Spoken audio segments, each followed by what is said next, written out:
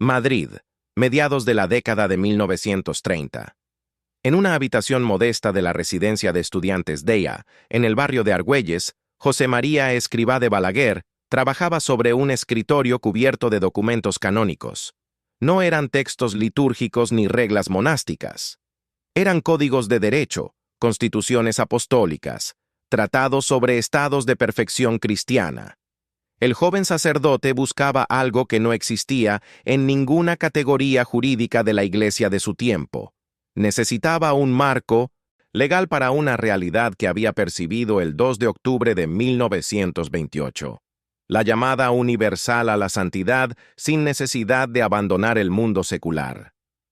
Frente a él, el Código de Derecho Canónico de 1917 ofrecía básicamente dos caminos para quien quisiera consagrarse a Dios de manera especial: el sacerdocio secular o la vida religiosa en órdenes y congregaciones.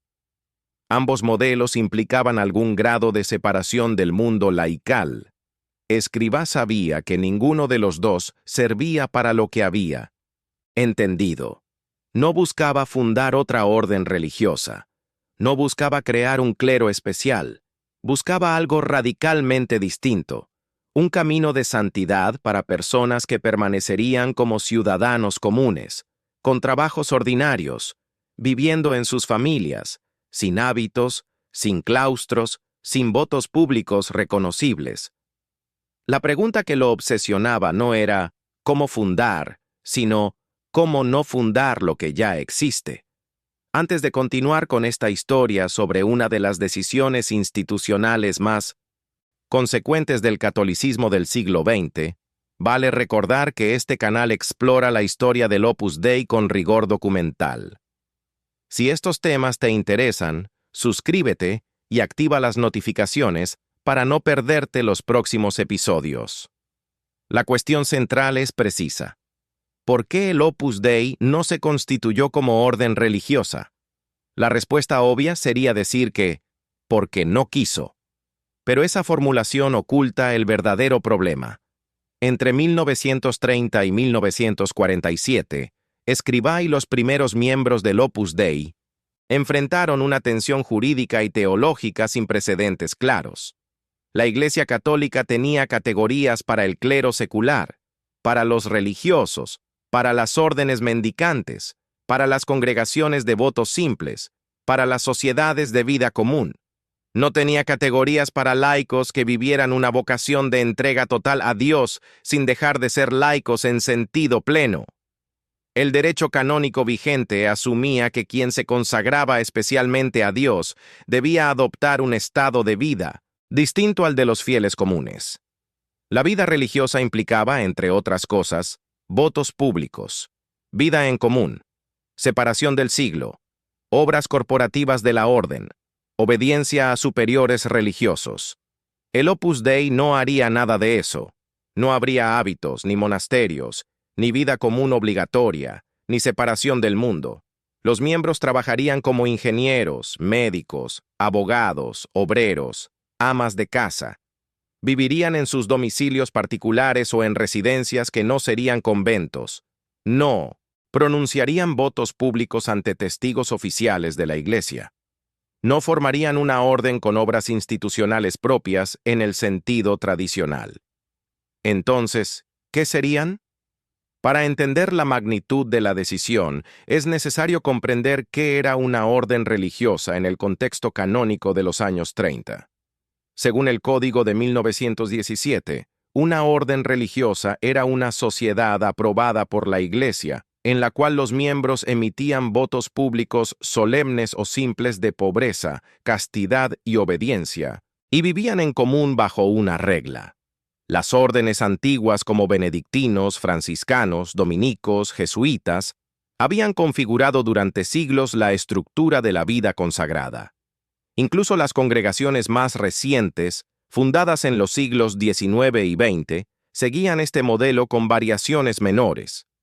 Todas compartían elementos comunes, votos reconocidos por la autoridad eclesiástica, vida comunitaria, vestimenta distintiva, obras apostólicas realizadas en nombre de la orden, dependencia, de superiores religiosos. Estas características no eran accesorias, eran constitutivas del estado religioso tal como lo definía el derecho. Abandonar el mundo, vivir en común, obedecer a un superior, vestir hábito, eran signos externos de una consagración interna. La Iglesia entendía que quien se consagraba a Dios de manera especial debía manifestarlo públicamente mediante un estilo de vida diferenciado. El modelo funcionaba. Había producido santos, misioneros, teólogos, educadores, durante siglos. Pero Escrivá percibía que ese modelo no servía para lo que él llamaba espíritu del Opus Dei. No por defecto del modelo, sino porque la realidad que había entendido el 2 de octubre de 1928 era otra. Aquel día, según los testimonios posteriores del propio Escrivá, experimentó una iluminación sobre la llamada a la santidad en medio del mundo. No hay registro escrito contemporáneo de 1928 que describa detalladamente el contenido exacto de esa experiencia. Las descripciones más conocidas provienen de testimonios posteriores. Lo que sí es documentable es que desde ese momento, Escrivá comenzó a trabajar con un grupo de jóvenes universitarios bajo una idea clara.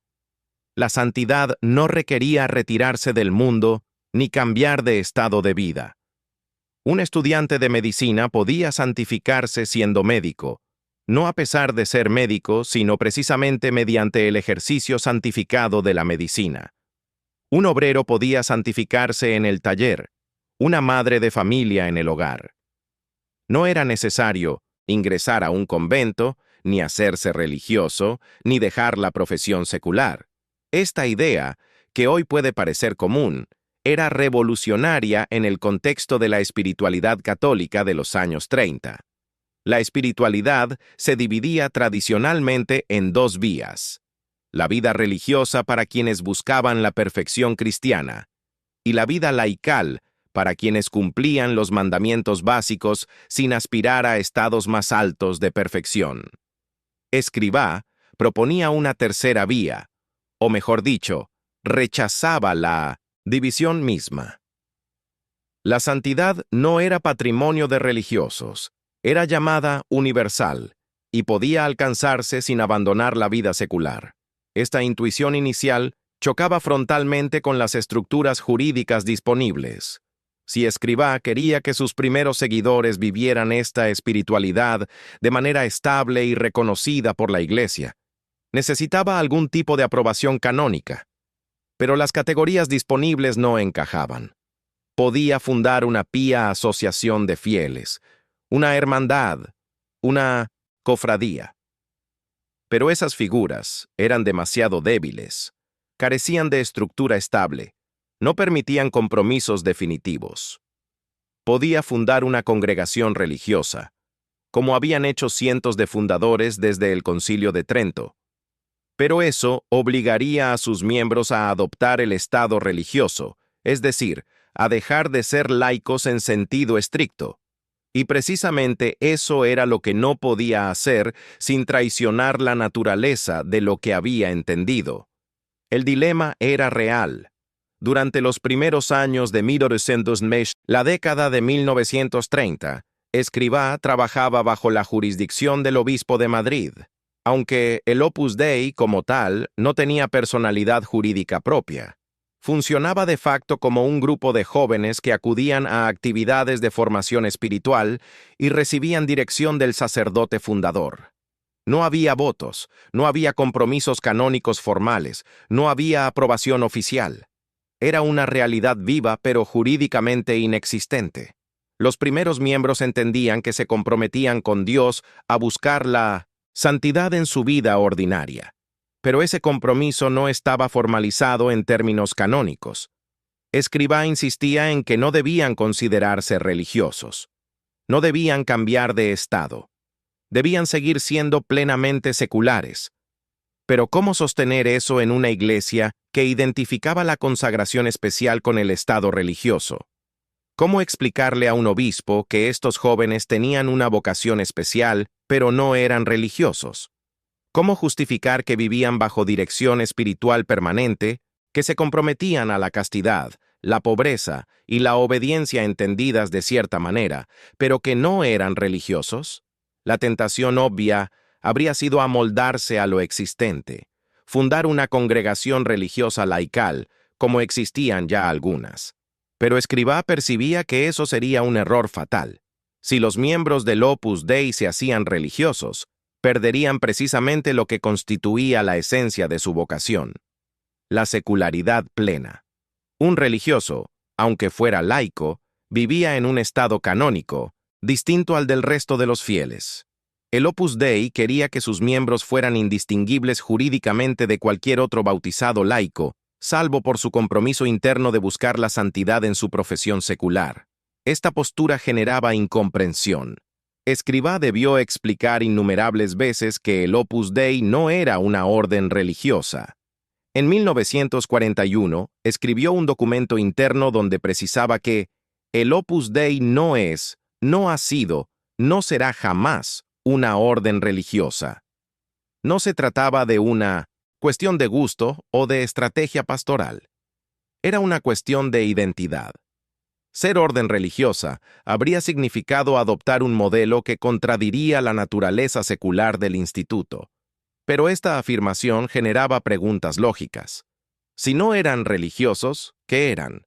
¿Simples fieles con una espiritualidad particular? Eso existía en cofradías y asociaciones piadosas. ¿Qué hacía al Opus Dei diferente de una asociación laical? La respuesta estaba en el compromiso.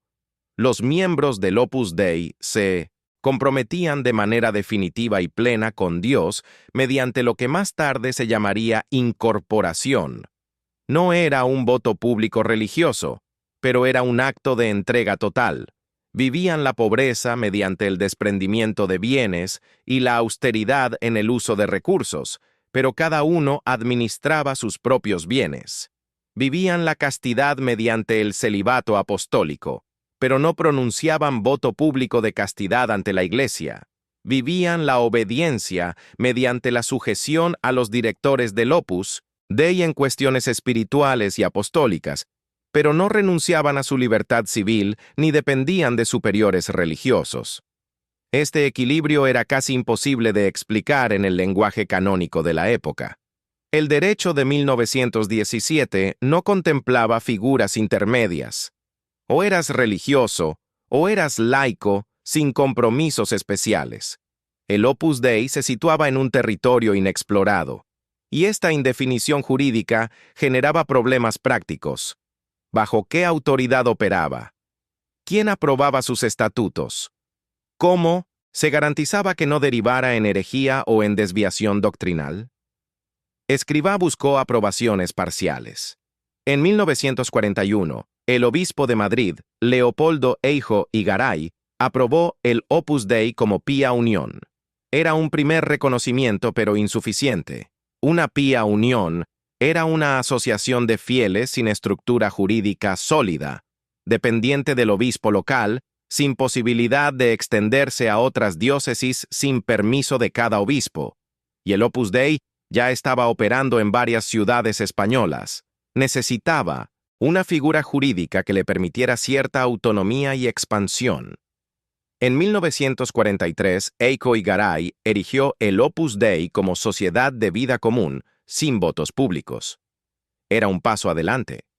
Las sociedades de vida común eran una categoría canónica menor, reconocida por el Código de 1917, donde los miembros vivían en comunidad pero sin votos religiosos públicos. Sin embargo, esta figura tampoco se ajustaba perfectamente. El Opus Dei no imponía vida común obligatoria. Los miembros vivían donde su trabajo profesional lo requería. No había conventos ni casas centrales donde todos debieran residir. La búsqueda de una solución jurídica definitiva llevó a Escrivá a Roma. Entre 1946 y 1947 se trasladó a la Santa Sede para gestionar una aprobación pontificia que resolviera la ambigüedad. El contexto eclesial estaba comenzando a cambiar. Pío XII, que había sido elegido papa en 1939, mostraba interés en nuevas formas de vida consagrada.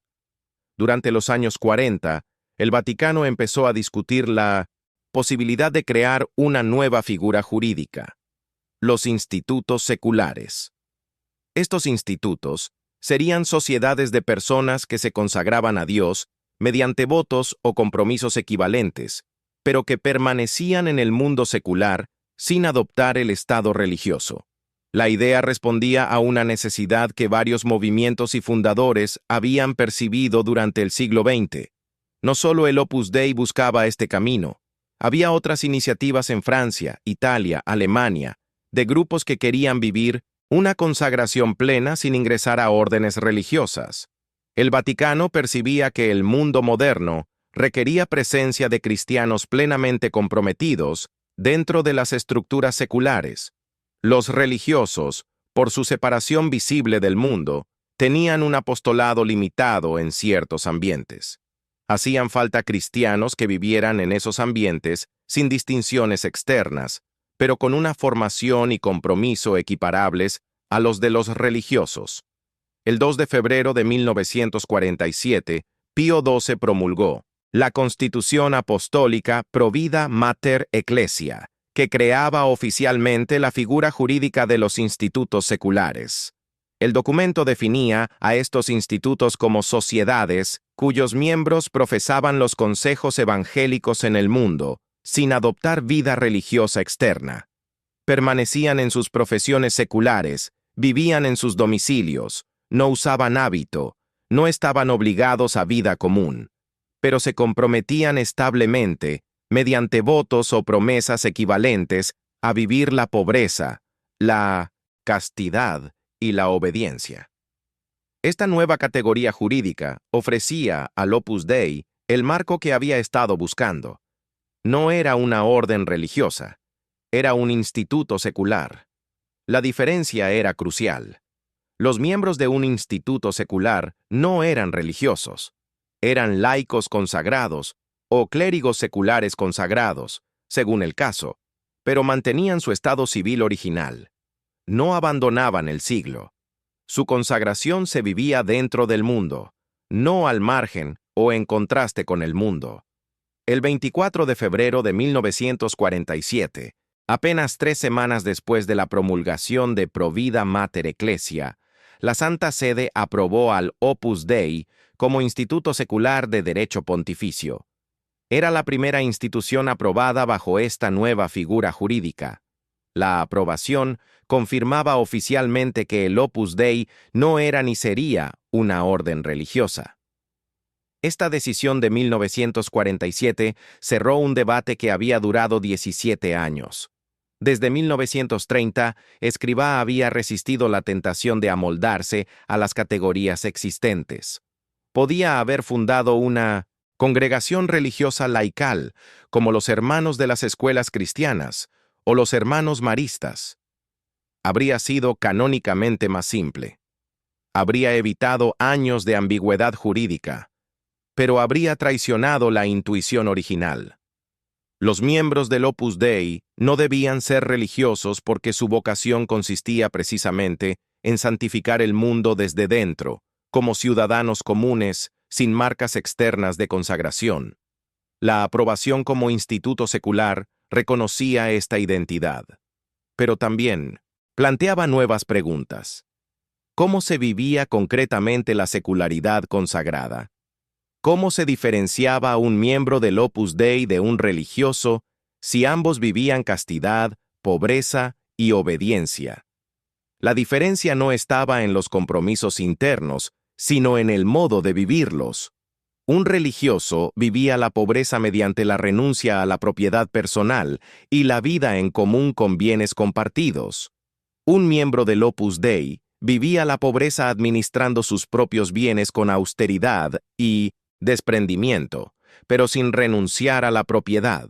Un religioso vivía la obediencia, renunciando a su voluntad en favor del superior religioso, que podía destinarlo a cualquier misión u obra de la orden. Un miembro del Opus Dei vivía la obediencia, aceptando la dirección espiritual y apostólica de los responsables del instituto, pero manteniendo su libertad en decisiones profesionales, políticas, culturales.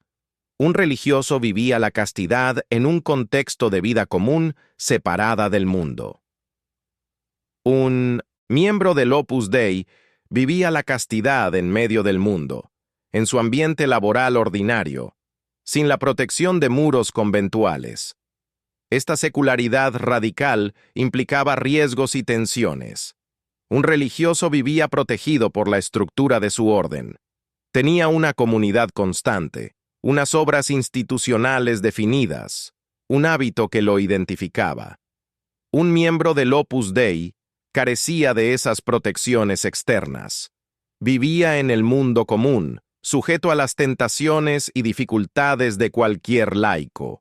Su fidelidad dependía de una formación espiritual intensa y de una vida interior profunda, porque no había muros que lo separaran del mundo. Escrivá era consciente de estas dificultades. Por eso insistía en que los miembros del Opus Dei debían tener una formación espiritual equivalente a la de los religiosos, pero adaptada a su condición secular. Debían tener vida de oración intensa, dirección espiritual frecuente, formación doctrinal sólida. Pero todo eso debía vivirse sin abandonar la vida profesional ordinaria. Un miembro numerario del Opus Dei podía trabajar 10 horas diarias como cualquier profesional, y además debía atender sus compromisos de oración, formación, apostolado. Era una exigencia alta, pero Escrivá creía que era posible y que era necesaria. La santidad en medio del mundo requería esfuerzo, pero no era una santidad de segunda categoría. El rechazo del modelo de orden religiosa no era, por tanto, un capricho fundacional ni una estrategia de diferenciación externa. Era una exigencia teológica. La vocación del Opus Dei consistía en demostrar que el mundo secular no era un obstáculo para la santidad, sino su lugar propio. Si los miembros se hubieran hecho religiosos, habrían abandonado implícitamente el mundo secular. Habrían enviado el mensaje de que para santificarse plenamente era necesario salir del siglo, adoptar un estado especial, vivir de modo diferenciado. El Opus Dei quería demostrar lo contrario. Quería que médicos, ingenieros, obreros, amas de casa, pudieran ser santos sin dejar de ser médicos, ingenieros, obreros, amas de casa. No santos a pesar de su profesión secular, sino santos precisamente mediante su profesión secular. Esta idea tenía consecuencias prácticas inmediatas. Si un miembro del Opus Dei era médico, debía ser un excelente médico. Su santidad no consistía en trabajar menos para rezar más, ni en descuidar su competencia profesional por atender obras piadosas. Consistía en ejercer la medicina con competencia técnica máxima y con caridad cristiana. Debía ser un médico que tratara a sus pacientes con respeto, que investigara con rigor, que formara a sus colegas con generosidad, que cobrara con justicia, que no discriminara a los pobres. Su consultorio no era un impedimento para la santidad, sino el lugar donde se santificaba. Escrivá llamaba a esto santificación del trabajo. El trabajo profesional, realizado con perfección humana y sentido sobrenatural, se convertía en oración y en medio de apostolado. Esta espiritualidad del trabajo secular era incompatible con el modelo de vida religiosa tradicional. Las órdenes religiosas tenían obras propias, escuelas de la orden, hospitales de la orden, misiones de la orden. Los religiosos trabajaban en esas obras como parte de su obediencia religiosa. Un jesuita enseñaba en un colegio jesuita, un franciscano atendía una parroquia franciscana. El Opus Dei no tendría obras corporativas en ese sentido. No habría hospitales del Opus Dei, ni universidades del Opus Dei, ni empresas del Opus Dei. Los miembros trabajarían en instituciones seculares comunes, bajo contratos laborales normales, cobrando salarios ordinarios, sujetos a las leyes civiles y laborales. Algunos miembros podrían eventualmente crear o dirigir instituciones educativas o asistenciales, pero lo harían como ciudadanos particulares, no como representantes de una orden. La institución no sería del Opus Dei, aunque hubiera sido fundada por un miembro con espíritu del Opus Dei. Esta distinción era sutil, pero fundamental. Garantizaba que los miembros permanecieran plenamente integrados en el tejido secular, sin crear un mundo paralelo católico. Escrivá rechazaba la idea de un catolicismo sociológico, de guetos católicos separados. Quería que los miembros estuvieran presentes en todos los sectores de la sociedad civil. Universidades públicas, empresas privadas, administraciones estatales, partidos políticos, sindicatos, medios de comunicación. Esa presencia sería imposible si adoptaban el Estado religioso, porque los religiosos estaban canónicamente limitados en su participación en actividades políticas o empresariales. La decisión de no ser orden religiosa permitía, por tanto, una inserción secular radical. Pero también generaba ambigüedades. Si los miembros eran indistinguibles externamente de otros laicos, ¿cómo se reconocían? ¿Cómo se evitaban confusiones? ¿Cómo se garantizaba que su actuación secular fuera realmente cristiana y no simplemente mundana? Estas preguntas acompañarían al Opus Dei durante décadas. Algunos críticos acusarían al instituto de falta de transparencia, precisamente porque sus miembros no eran identificables externamente. Otros defenderían que esa discreción era necesaria para una presencia secular genuina. Escrivá sostenía que los miembros debían ser transparentes en su identidad cuando era relevante, pero que no debían exhibir su pertenencia como si fuera un título o una etiqueta. Un médico miembro del Opus Dei era, ante todo, un médico. Su pertenencia al instituto era una realidad personal, espiritual, que podía compartir en contextos apropiados, pero que no debía anteponerse a su identidad profesional. Esta discreción no era secretismo, sino secularidad coherente.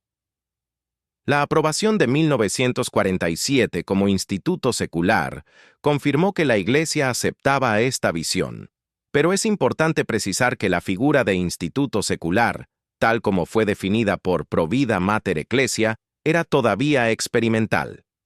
Pío XII reconocía que se trataba de una innovación canónica sin precedentes claros. Los institutos seculares no eran órdenes religiosas, pero tampoco eran simples asociaciones laicales. Ocupaban un espacio intermedio, o mejor dicho, creaban un espacio nuevo en la estructura eclesial. La Santa Sede permitió esta innovación con cierta cautela. Provida Mater exigía que los institutos seculares mantuvieran una formación espiritual rigurosa, una disciplina interna sólida, una dependencia clara de la jerarquía. No debían convertirse en grupos autónomos sin control eclesial. Pero tampoco debían imitar a las órdenes religiosas en aspectos externos. Debían encontrar un equilibrio entre consagración y secularidad. Este equilibrio sería difícil de mantener, y de hecho generaría tensiones en las décadas siguientes. Pero en 1947, la aprobación del Opus Dei como primer instituto secular era vista como una solución innovadora a un problema real. ¿Cómo permitir que laicos vivieran una consagración plena sin abandonar el mundo? El período 1930-1947 fue, entonces, un proceso de definición por negación. El Opus Dei se definió fundamentalmente por lo que decidió no ser.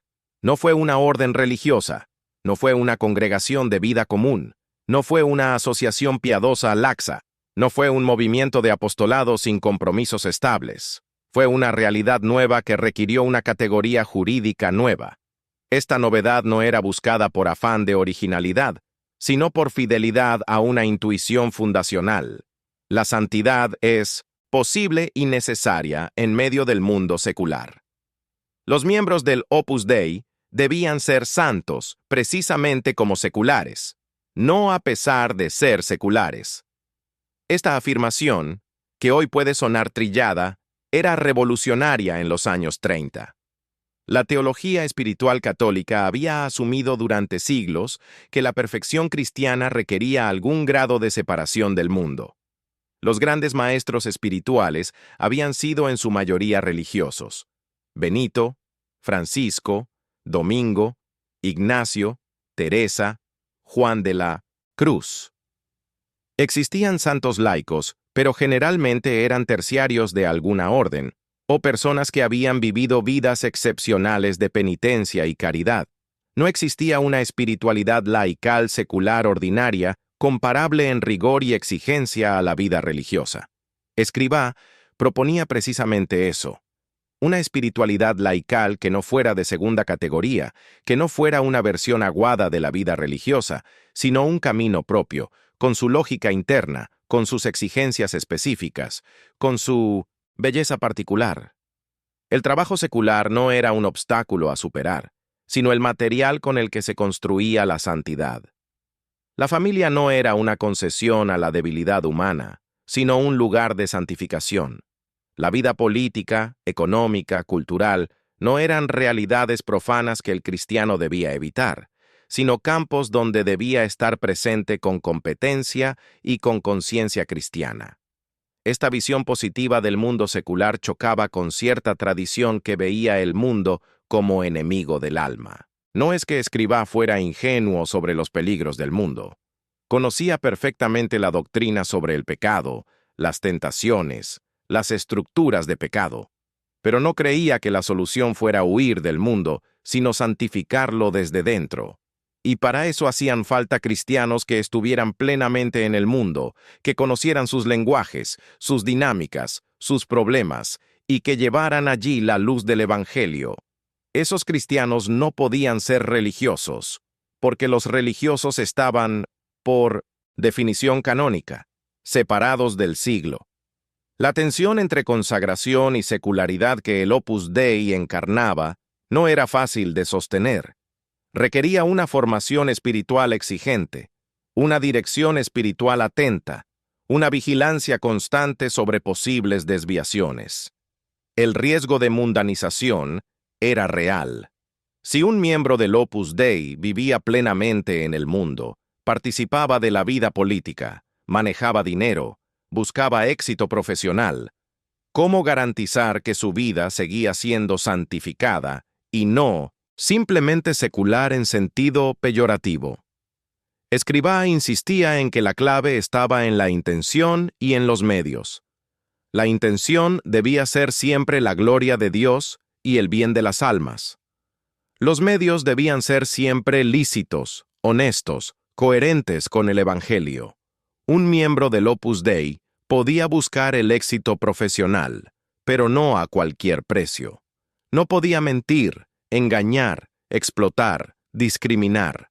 Debía competir con justicia, trabajar con honradez, tratar a todos con caridad. Si lo hacía así, su éxito profesional no era mundanidad, sino glorificación de Dios mediante el trabajo bien hecho. Si lo hacía de otro modo, aunque se llenara la boca de espiritualidad, estaba traicionando su vocación. Esta exigencia moral alta era otra razón por la cual el Opus Dei no podía ser una orden religiosa. Las órdenes religiosas vivían bajo reglas que regulaban externamente muchos aspectos de la vida: horarios, comidas, vestido, lecturas, recreaciones. Estas reglas facilitaban en cierto modo la vida, virtuosa, porque eliminaban ocasiones de pecado y estructuraban la jornada en torno a la oración y el trabajo. Un miembro del Opus Dei carecía de esas regulaciones externas exhaustivas. Tenía unas normas generales de vida espiritual: oración diaria, dirección espiritual frecuente, formación doctrinal, apostolado. Pero el resto de su vida estaba regulado por las exigencias de su profesión secular y su situación personal. Debía tomar decisiones morales complejas en contextos ambiguos, sin el amparo de una regla religiosa detallada. Esto requería madurez espiritual, formación de conciencia, capacidad de discernimiento. Por eso, la formación en el Opus Dei era tan importante. No bastaba con tener buena voluntad. Había que tener criterio cristiano formado, capacidad de aplicar principios evangélicos a situaciones concretas cambiantes. Esta formación era continua, no se terminaba nunca. Un médico miembro del Opus Dei, aunque llevara décadas en el instituto, seguía recibiendo formación, porque los dilemas morales de la medicina evolucionaban con los avances científicos. Debía estar preparado para juzgar cristianamente cuestiones de bioética, de investigación, de relación con pacientes, que no existían cuando ingresó al Opus Dei. La aprobación de 1947 no resolvió todas las cuestiones. De hecho, abrió nuevas. La figura de instituto secular era nueva y poco comprendida. Muchos obispos, sacerdotes, teólogos seguían pensando en categorías binarias, religiosos o laicos. No entendían qué era un laico consagrado en el mundo. Algunos sospechaban que era una contradicción en términos. Otros temían que fuera una vía para eludir el control eclesial. El Opus Dei tuvo que explicar durante años qué era y qué no era. No era una orden religiosa encubierta. No era una asociación laical superficial. Era un instituto secular, una realidad nueva que requería comprensión nueva. Esta necesidad de explicación constante generó en el Opus Dei una conciencia aguda de su identidad. Los miembros debían entender claramente qué significaba ser seculares consagrados, para poder explicarlo a otros y para vivirlo coherentemente. No podían comportarse como religiosos disfrazados de laicos, porque eso habría sido una farsa. Debían ser auténticamente laicos, con todo lo que eso implicaba de inserción en el mundo, y a la vez auténticamente consagrados, con todo lo que eso implicaba de entrega a Dios. Este equilibrio delicado era posible precisamente porque el Opus Dei había rechazado el modelo de orden religiosa. Si hubiera aceptado ese modelo, todo habría sido más simple jurídicamente, pero habría perdido su razón de ser. La aprobación como instituto secular en 1947 era, por tanto, mucho más que un trámite burocrático. Era el reconocimiento eclesial de que la intuición de Escrivá era legítima, de que la santidad en medio del mundo sin abandonar la condición secular era posible, de que hacían falta estructuras canónicas nuevas para realidades espirituales nuevas. Pío XII, al sintonsienterso promulgar, Provida Mater Ecclesia, había reconocido que el Espíritu Santo suscitaba en la Iglesia formas de vida consagrada, adaptadas a las necesidades de los tiempos. El mundo moderno, secularizado, técnico, pluralista, requería presencia de cristianos comprometidos dentro de sus estructuras. Los religiosos, por su separación visible, tenían acceso limitado a ciertos ambientes. Hacían falta laicos que estuvieran allí con plena legitimidad secular y con plena consistencia cristiana. Los institutos seculares respondían a esa necesidad. El Opus Dei fue el primero en ser aprobado bajo esta figura porque llevaba 17 años buscándola.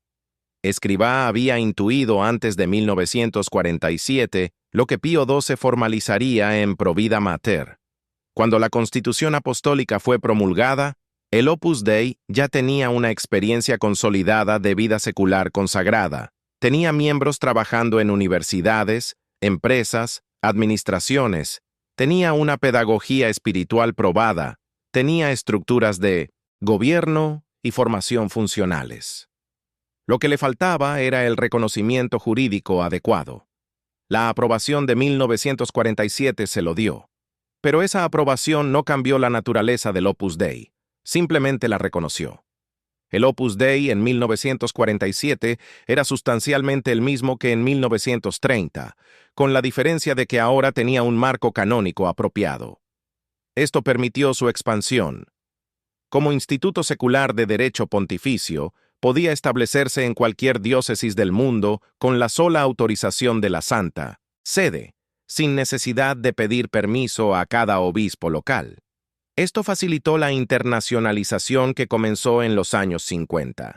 El Opus Dei se extendió a Italia, Francia, Alemania, Estados Unidos, América Latina. En cada país, los miembros se insertaban en la vida profesional local, manteniendo la misma identidad secular consagrada.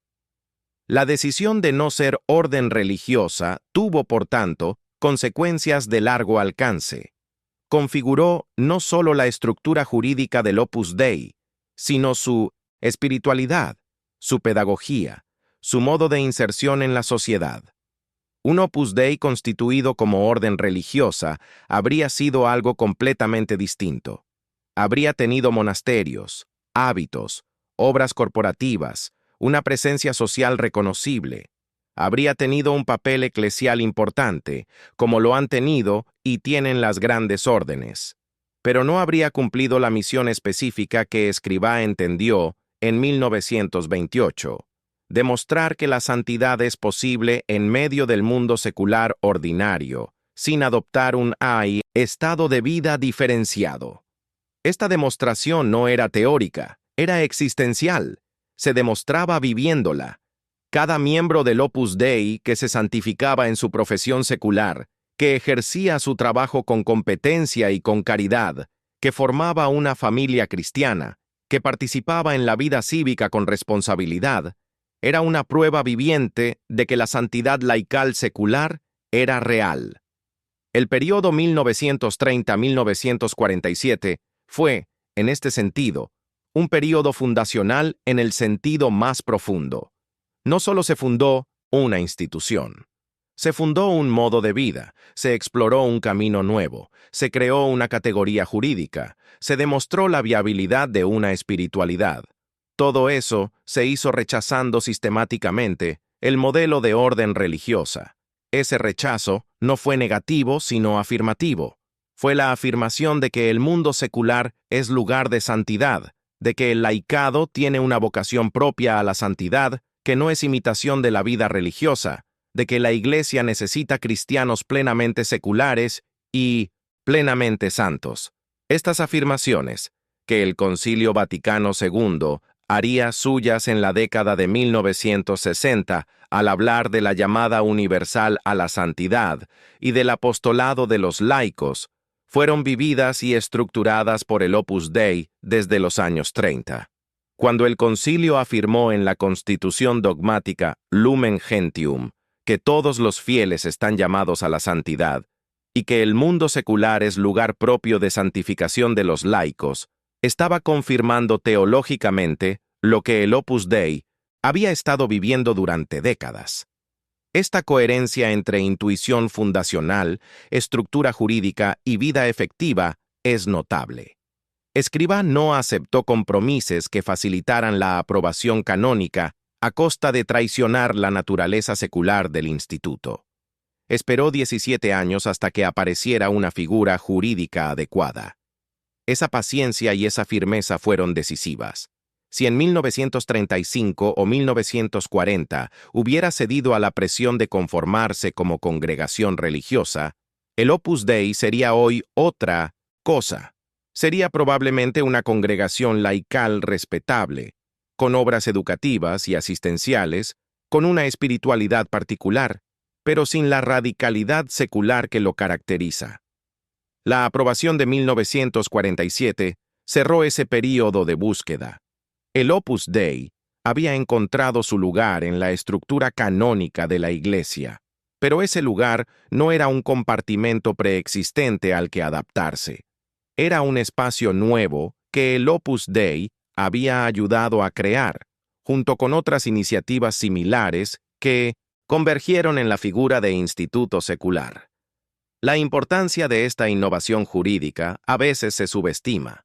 Se piensa que el derecho canónico es solo burocracia eclesial, pero el derecho canónico refleja y encarna la eclesiología, la teología, la espiritualidad.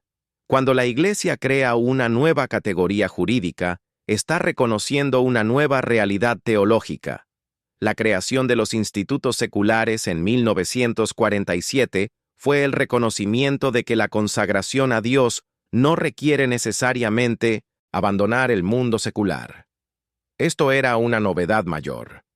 Durante siglos, La Iglesia había identificado la vida consagrada con la vida religiosa separada del mundo. Ahora admitía que había otras formas de consagración, igualmente válidas, igualmente exigentes, pero vividas en medio del mundo. Este reconocimiento abría posibilidades inmensas para el apostolado y para la espiritualidad. Significaba que cualquier persona, en cualquier profesión, en cualquier estado de vida compatible con los consejos evangélicos, podía consagrarse totalmente a Dios sin cambiar de estado. Una madre de familia podía consagrarse a Dios viviendo su maternidad con perfección cristiana. Un ingeniero podía consagrarse a Dios ejerciendo la ingeniería con competencia técnica y sentido cristiano. No hacía falta entrar a un convento para ser santo. Bastaba con vivir la vida ordinaria con amor extraordinario.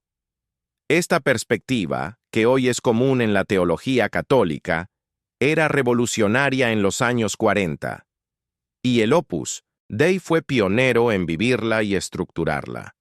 La decisión de no ser orden religiosa, tomada por Escrivá desde el inicio y sostenida durante 17 años de incertidumbre jurídica, fue la clave que permitió esta aportación. Si el Opus Dei hubiera sido una orden religiosa más, habría sido una fundación valiosa pero no especialmente innovadora. El siglo XX vio nacer muchas congregaciones religiosas nuevas, todas con carismas particulares, todas con obras importantes. El Opus Dei no habría destacado especialmente en ese conjunto. Lo que lo hizo único fue precisamente su rechazo del modelo religioso y su afirmación de la secularidad consagrada. Esa afirmación no era fácil de sostener. Generaba tensiones, malentendidos, críticas. Algunos veían en el Opus Dei una especie de orden religiosa clandestina. Otros lo acusaban de elitismo, de falta de compromiso con los pobres, de mundanidad disfrazada de espiritualidad. Estas críticas acompañarían al instituto durante décadas. Algunas eran injustas, basadas en desconocimiento o prejuicio. Otras tocaban puntos reales de tensión que requerían atención. Pero todas reflejaban la dificultad de comprender una realidad nueva que no encajaba en categorías establecidas.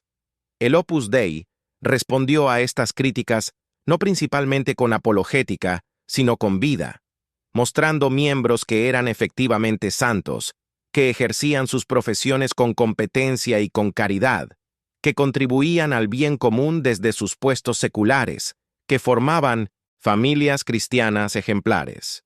Esta fue la apologética más eficaz. Demostrar que la espiritualidad secular del Opus Dei no era teoría sino vida posible y fructífera. La aprobación de 1947 dio al Opus Dei la seguridad jurídica necesaria para desarrollar esa vida en escala creciente. Entre 1947 y 1950, el número de miembros creció significativamente. Se abrieron centros en nuevos países. Se iniciaron obras educativas diversas. Pero estas obras no eran del Opus Dei en sentido corporativo. Eran iniciativas de miembros, a veces en colaboración con otros cristianos, a veces con apoyo de la iglesia local, a veces con financiación privada. El Opus Dei como institución no era propietario de universidades ni de hospitales. Los miembros, como ciudadanos seculares, podían fundar o dirigir esas instituciones. La distinción era importante para mantener la secularidad. Si el Opus Dei hubiera sido una orden religiosa, sus obras habrían sido obras de la orden, como los colegios jesuitas son de la Compañía de Jesús. En cambio, las universidades o escuelas asociadas al espíritu del Opus Dei eran jurídicamente independientes, aunque recibieran asistencia espiritual de sacerdotes del instituto.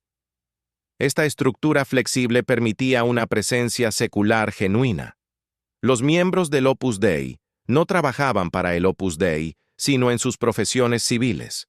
El Opus Dei les daba formación espiritual y orientación apostólica, pero ellos actuaban en el mundo con plena responsabilidad personal. No podían escudarse en la obediencia religiosa para eludir responsabilidades. Si un miembro tomaba una decisión profesional equivocada, la responsabilidad era suya, no del instituto. Esta autonomía laical era coherente con la secularidad, pero también planteaba riesgos. ¿Qué pasaba si un miembro usaba su posición para fines incompatibles con el espíritu del Opus Dei? ¿Qué control tenía el instituto sobre las actuaciones seculares de sus miembros?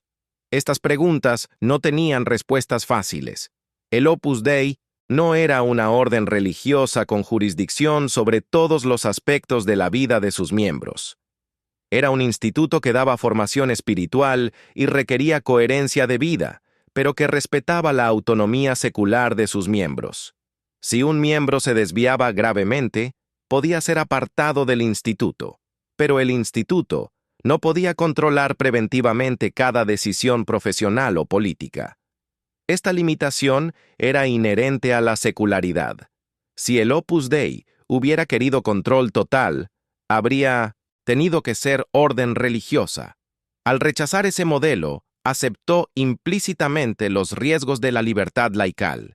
La aprobación de 1947 marcó entonces el inicio de una etapa nueva. El Opus Dei tenía ya su identidad jurídica definida, instituto secular. No era orden religiosa, ni lo sería nunca. Esa decisión, tomada en los años fundacionales y confirmada por la Santa Sede, configuró todo su desarrollo posterior. Configuró su espiritualidad, centrada en la santificación del trabajo secular. Configuró su pedagogía, que enfatizaba la formación de conciencia y el discernimiento personal. Configuró su presencia social, marcada por la inserción en instituciones seculares comunes, sin crear estructuras paralelas católicas. Configuró sus tensiones internas, derivadas de la dificultad de mantener el equilibrio entre consagración y secularidad. Y configuró su relación con la jerarquía eclesiástica, que a veces comprendía bien esta identidad secular y a veces la miraba con sospecha. El Opus Dei navegaría estas aguas durante las décadas siguientes, con aciertos y errores, con luces y sombras, pero siempre manteniendo como eje su rechazo fundacional a ser orden religiosa y su afirmación de la secularidad consagrada como camino de santidad. El período 1930-1947 no fue, por tanto, una simple fase preparatoria antes de la verdadera historia del Opus Dei. Fue el período en que se definió lo esencial. Escrivá comprendió en esos años que fundar algo nuevo requería rechazar lo existente, cuando lo existente no servía. No rechazó las órdenes religiosas por considerarlas malas o anticuadas. Las respetaba profundamente, pero entendió que eran inadecuadas para lo que el Opus Dei debía ser. Esta claridad de juicio, esta capacidad de resistir presiones externas e internas para amoldarse a esquemas conocidos, fue decisiva. Si Escrivá hubiera sido un fundador convencional, habría seguido el camino conocido: fundar una congregación religiosa, redactar constituciones religiosas, obtener aprobación bajo figuras existentes, desarrollar obras corporativas. Habría sido más fácil, más rápido, más comprensible. Pero habría sido otra cosa. El Opus Dei existe como es porque Escrivá se negó a ese camino fácil y esperó hasta que apareciera el camino correcto. Esa espera de 17 años en cierta ambigüedad jurídica fue una apuesta arriesgada. Podía haber terminado mal. El Opus Dei podía haber sido suprimido por algún obispo suspicaz, o podía haberse desintegrado por falta de estructura estable. Que sobreviviera y creciera en esas condiciones precarias es notable. La aprobación de 1947 validó retrospectivamente esa apuesta. Demostró que Escrivá había percibido correctamente las señales de los tiempos, que su intuición sobre la santidad laical secular respondía a una necesidad real de la Iglesia y del mundo. Pío XII, al crear la figura de instituto secular, reconocía implícitamente que el Espíritu Santo estaba suscitando formas nuevas de vida consagrada, adecuadas a las circunstancias históricas. El mundo moderno, urbanizado, industrializado, secularizado, requería presencia cristiana dentro de sus estructuras. No bastaba con que los religiosos atendieran escuelas y hospitales católicos. Hacía falta que hubiera cristianos santos en las universidades públicas, en las empresas privadas, en los sindicatos, en los partidos políticos, en los medios de comunicación, en la investigación científica, en el arte, en la cultura. Esos cristianos no podían ser religiosos porque su presencia en esos ámbitos debía ser legítima seculares, no representantes de instituciones eclesiásticas. Debían estar allí con pleno derecho civil, como ciudadanos, como profesionales, como colegas. Y a la vez debían estar allí con plena identidad cristiana, como discípulos, como testigos, como evangelizadores. Esta doble legitimidad solo era posible si permanecían auténticamente laicos. El Opus Dei proporcionaba a estos laicos la formación espiritual necesaria para mantener su identidad cristiana en ambientes secularizados y la estructura comunitaria necesaria para no estar aislados. Pero no los convertía en religiosos, no los separaba del mundo, los confirmaba en su secularidad. Les daba herramientas para santificarla. Esta era la aportación específica del Opus Dei al catolicismo del siglo XX. Y esa aportación solo era posible porque el Opus Dei había decidido desde el inicio no ser orden religiosa. Si hubiera sido orden religiosa, habría hecho aportaciones valiosas en otros campos: educación, asistencia social, misiones. Pero no habría hecho esta aportación específica de demostrar la viabilidad de la santidad laical secular sin abandono del mundo. Esta demostración era lo que el mundo moderno necesitaba, un mundo cada vez más secular, donde la religión estaba siendo relegada a la esfera privada. Necesitaba ver que los cristianos podían estar plenamente presentes en la esfera pública sin dejar de ser cristianos, y sin tener que disfrazarse de religiosos. El Opus Dei ofrecía un modelo para esa presencia. El año 1947 cerró entonces la fase de búsqueda jurídica y abrió la fase de consolidación y expansión. Pero la decisión fundamental ya estaba tomada desde 1930. Entre esas dos fechas transcurrió un proceso de discernimiento, prueba, espera, búsqueda. Proceso nada fácil, marcado por incomprensiones, por escasez de medios, por guerra civil española, por guerra mundial. Que el Opus Dei sobreviviera a todo eso y llegara a 1947, con su identidad intacta, es testimonio de la solidez de la intuición fundacional y de la firmeza de Escrivá en mantenerla. Esa firmeza no fue obstinación. Fue fidelidad a lo que había entendido, con la convicción de que procedía de Dios. Escrivá creía que el Opus Dei no era invención suya, sino inspiración recibida. Por eso no podía modificar elementos esenciales para facilitar aprobaciones canónicas. Debía esperar a que la Iglesia comprendiera y reconociera la novedad que Dios estaba suscitando. Y la Iglesia lo hizo en 1947, mediante la figura de instituto secular. Esa figura jurídica nueva no era perfecta. Con el tiempo, el Opus Dei encontraría que tampoco encajaba del todo en la categoría de instituto secular, y buscaría ulteriores reconocimientos jurídicos. Pero ese es tema para otro episodio. Lo relevante para el período 1930-1947 es que el Opus Dei logró ser reconocido como lo que era, una realidad de consagración secular, no una orden religiosa. Ese reconocimiento validó 17 años de esfuerzos y confirmó que era posible vivir la santidad en medio del mundo sin adoptar el estado religioso. Esta posibilidad, que hoy parece obvia después del Concilio Vaticano II, fue revolucionaria en su momento.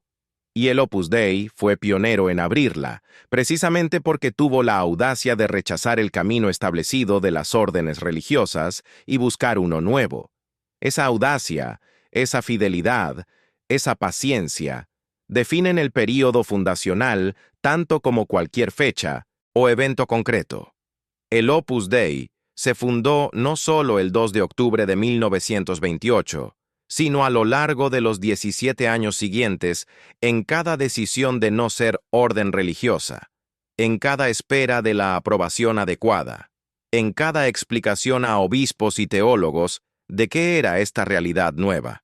Y se consolidó el 24 de febrero de 1947, cuando la Iglesia reconoció oficialmente que lo que el Opus Dei era y quería ser era legítimo, valioso, y merecía un lugar propio en la estructura eclesial. Ese lugar propio no era un compartimento aislado. Era un espacio de inserción secular plena con identidad cristiana plena. Espacio difícil de ocupar, lleno de tensiones, pero también lleno de posibilidades. El Opus Dei apostó por ese espacio y ayudó a crearlo. Al hacerlo, no solo se definió a sí mismo, sino que contribuyó a redefinir la comprensión católica de la santidad laical. Antes del Opus Dei y de otros institutos seculares, la santidad laical era vista como excepción heroica. Santos laicos existían, pero eran raros. Después de 1947, la santidad laical empezó a verse como vocación ordinaria, camino abierto a cualquier bautizado. Este cambio de perspectiva se consolidaría en el Concilio Vaticano II, pero sus raíces estaban en experiencias como la del Opus Dei durante los años 30 y 40. Experiencias que demostraron vivencialmente que lo que la teología afirmaría después era ya realidad posible y fecunda. Por eso el período 1930-1947 merece atención detenida. No fue un paréntesis, previo a la historia real. Fue el laboratorio donde se forjó una identidad que duraría. El Opus Dei de 2024 es heredero del Opus Dei de 1947, y ese a su vez es heredero de las decisiones tomadas entre 1930 y 1947. Decisiones de no ser orden religiosa, de no ceder a presiones, de no aceptar soluciones fáciles inadecuadas, de esperar la aprobación correcta. Esas decisiones configuraron una institución que ha marcado el catolicismo contemporáneo, con todas sus luces y sombras, con todas sus contribuciones y controversias. Pero independientemente de juicios sobre desarrollos posteriores, lo que es indiscutible es que el Opus Dei aportó algo genuinamente nuevo al panorama eclesial del siglo XX. Un modelo de vida consagrada secular que no era orden religiosa, que no separaba del mundo, que santificaba el trabajo ordinario, y ese modelo surgió precisamente porque desde el inicio se decidió no seguir el camino de las órdenes religiosas, aunque ese camino fuera el único conocido y el único jurídicamente reconocido en 1930. La historia del Opus Dei entre 1930 y 1947 es entonces la historia de una búsqueda de identidad, que fue simultáneamente búsqueda de reconocimiento jurídico. Identidad y derecho no eran separables. La identidad teológica y espiritual del Opus Dei requería un marco jurídico adecuado para expresarse establemente. Mientras ese marco no existió, el Opus Dei vivió en cierta precariedad, compensada por la convicción de sus miembros y la determinación de su fundador. Cuando ese marco apareció en 1947, el Opus Dei pudo consolidarse y expandirse, pero la esencia ya estaba definida. Y esa esencia se definió fundamentalmente por lo que el Opus Dei decidió no ser. No ser orden religiosa no era ausencia de algo, sino afirmación de otra cosa. Afirmación de la secularidad como lugar de santidad, del trabajo como oración, de la vida ordinaria como camino extraordinario hacia Dios. Estas afirmaciones, vividas con coherencia durante casi 2 décadas, antes de 1900 recibir reconocimiento oficial, constituyeron la aportación duradera del Opus Dei al catolicismo moderno. Si hoy existe una teología de la santidad laical bien desarrollada, si el Concilio Vaticano II habló de la llamada universal a la santidad, si los laicos son reconocidos como protagonistas de la evangelización y no meros auxiliares del clero, el Opus Dei puede reclamar haber contribuido a esos avances. No de manera exclusiva, ciertamente. Hubo muchos otros movimientos, teólogos, pastores, que trabajaron en la misma dirección. Pero el Opus Dei fue pionero en estructurar canónicamente la vida consagrada secular, y lo hizo precisamente rechazando el modelo de orden religiosa. Ese rechazo, esa negativa a conformarse con esquemas conocidos, esa paciencia para esperar soluciones adecuadas, merecen reconocimiento histórico, definen un período fundacional que fue mucho más que trámites burocráticos o búsquedas de aprobaciones. Fue un período de exploración teológica, de innovación espiritual, de creación institucional. Un período que terminó en 1947 con la aprobación como instituto secular, pero cuyos efectos continúan décadas después, en la comprensión católica de la santidad, del laicado, de la relación entre iglesia y mundo.